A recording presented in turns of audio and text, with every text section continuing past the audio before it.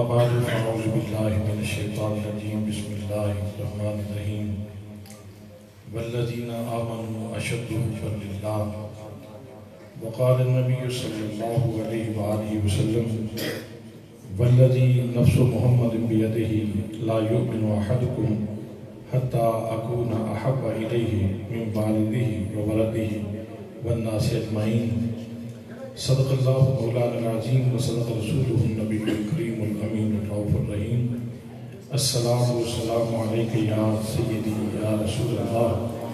وعلا آلک و اصحابک یا سیدی یا حبیب اللہ۔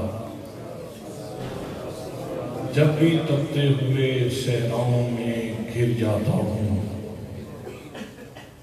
جب بھی تپتے ہوئے صحراؤں میں گر جاتا ہوں،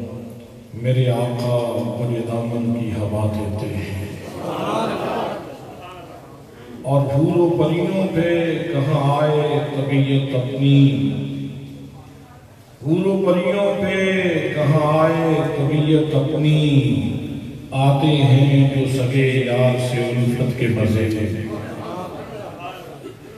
لیلا و یوسف و شیریں سب موضوع ہے بلے، لیلا و یوسف و شیریں سب موضوع ہے بلے، محبوب منصب ہوئے جب ہوئے زیبا دیکھا، زیب مسئلہ صدارت پروردہ آغوش علم و حکمت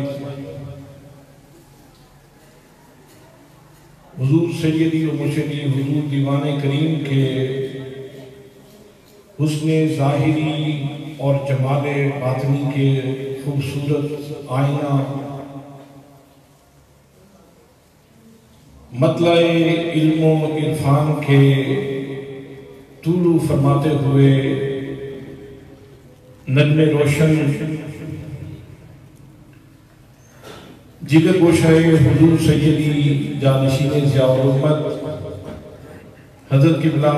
صاحبزادہ محمد نعیم الدین شاہ صاحب دامت فیوزکم العالیہ ولی عہد آستانہ عالیہ بحیرہ شریف،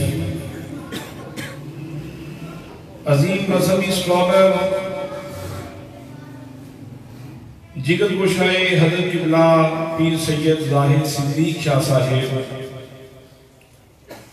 جناب حضرت قبلہ پیر سید ڈاکٹر حامد فاروق شاہ صاحب دامت فیوزکم العالیہ و دیگر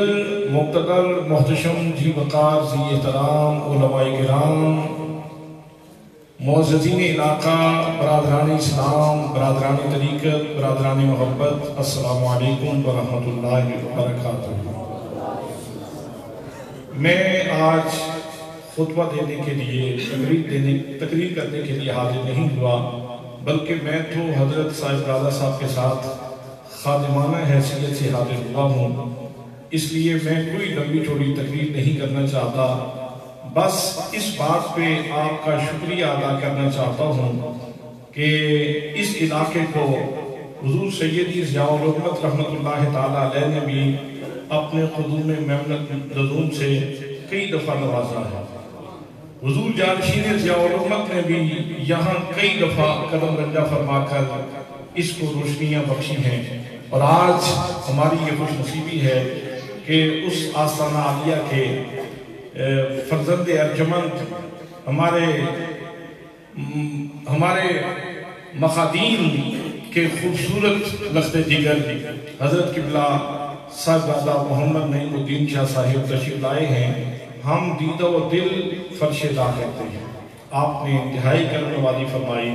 ہمارے اس علاقے کو اپنے قدوم ممنت علوم سے رونق بخشی، ہم انتہا درجے کے آپ کے مشکور ہیں۔ دوستان محترم، اللہ کریم نے ہمیں ایک ظرف عطا فرمایا ہے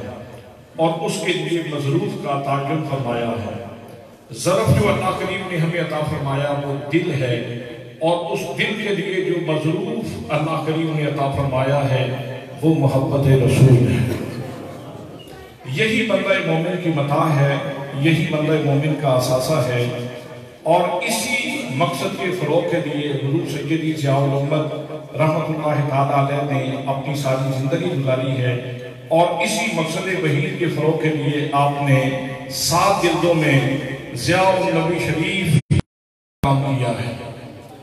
ضیاء النبی شریف لکھنے کا مقصد یہ تھا، آپ فرماتے ہیں کہ ایک بروئی صاحب کے ساتھ میں سفر کر رہا تھا تو مجھ سے کہنے لگے کہ قبلہ معلومات کے لیے تو بہت ساری کتابیں ہیں، کاش سیرت کی کوئی ایسی کتاب بھی ہوتی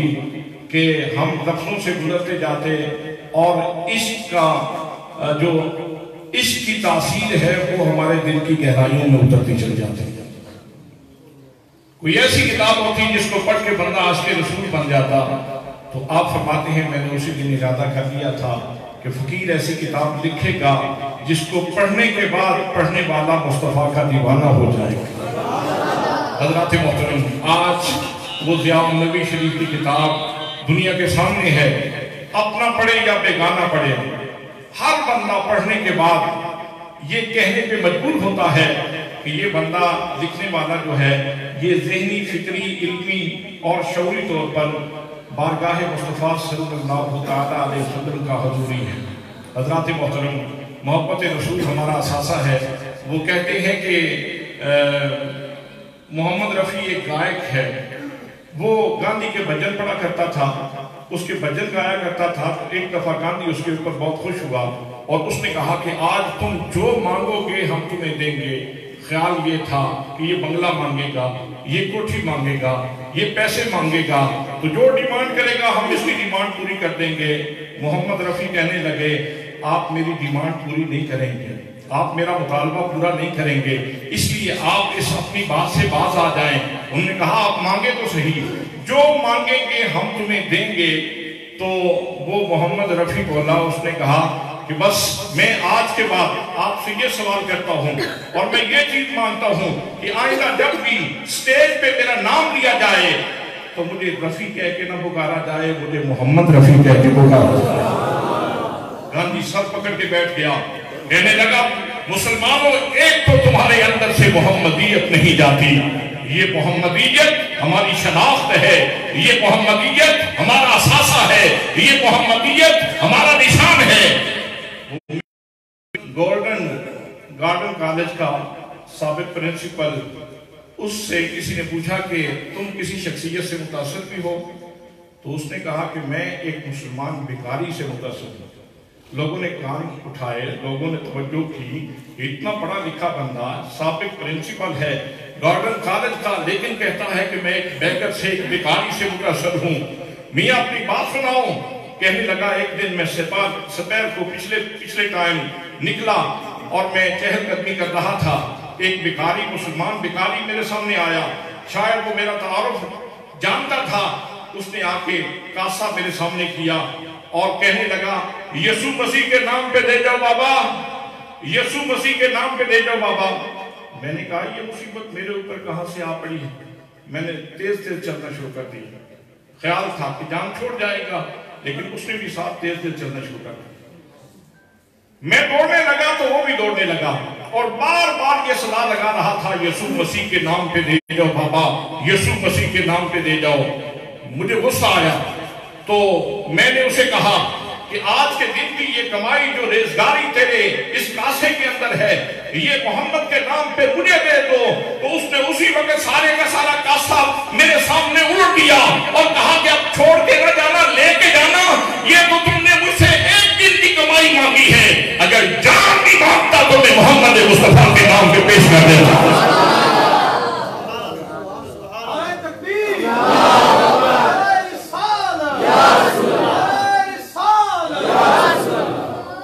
کہنے لگا حیران ہوا ہوں، اگر ان کے مذہب کے بیکاریوں کا سوچ کا معیار یہ ہے، ان کے علماء کی سوچ کا معیار کیا ہوگا، ان کے مشائخ کی سوچ کا معیار کیا ہوگا۔ حضرات محترم، ہمارا اثاثہ محبت